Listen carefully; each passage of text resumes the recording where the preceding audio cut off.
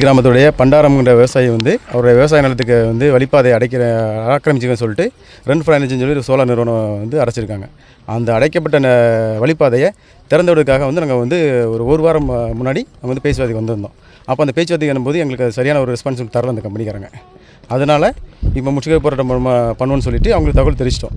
எங்கள் பாரதிய ஜனதா கட்சி சார்பாக வந்து வழிப்பாதையை வந்து திறந்து கொடுக்கணும் அப்படின்னு முற்றுகை போராட்டம் பண்ணணும்னு சொல்லியிருந்தோம். அதுக்கு ரெஸ்பான்ஸ் கொடுக்கல. அதனால் இன்றைக்கி அதை முன்னிட்டு எங்கள் கட்சி சார்பாகவும் இங்கே சுற்று வட்டார பகுதி புதுப்பட்டி, மீனாட்சிப்பட்டி, அணியாபுரனூர் ஒரு 5-6 கிராம மக்களும் சேர்ந்து இன்றைக்கி அந்த ஆர்ப்பாட்டம் வச்சுருந்தோம்.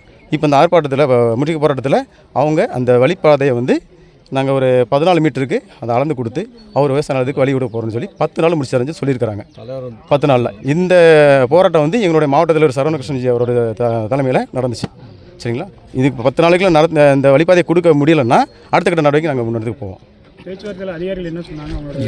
நீர்வழிப்பாதை ஆக்கிரமிச்சுக்குன்னு சொல்லி அவங்களே ஒத்துக்கிட்டாங்க.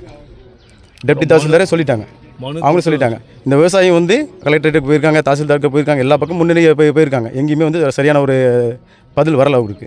அதனால் எங்கள் கட்சி சார்பாக நாங்கள் இன்றைக்கி ஒரு முன்னெடுப்பு செஞ்சதுனால இன்றைக்கி வழிபாதை கொடுக்க ரெடியாக தயாராகிக்கிறாங்க. இப்போ இன்னும் 10 நாள்